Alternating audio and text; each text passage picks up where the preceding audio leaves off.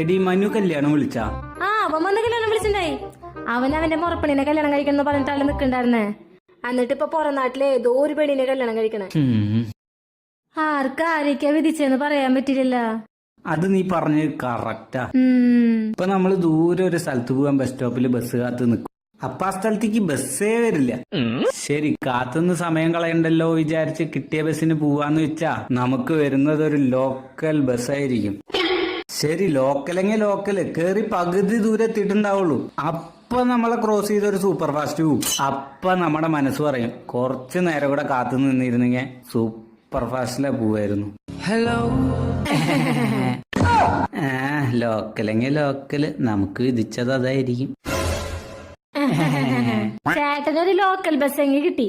എനിക്ക് കിട്ടിയത് ഒരു മൂട്ട ബസ്. അതില് കേറി ഞാൻ പെട്ടപ്പാട് ഓടോന്നറിയില്ല. എപ്പ നിക്കും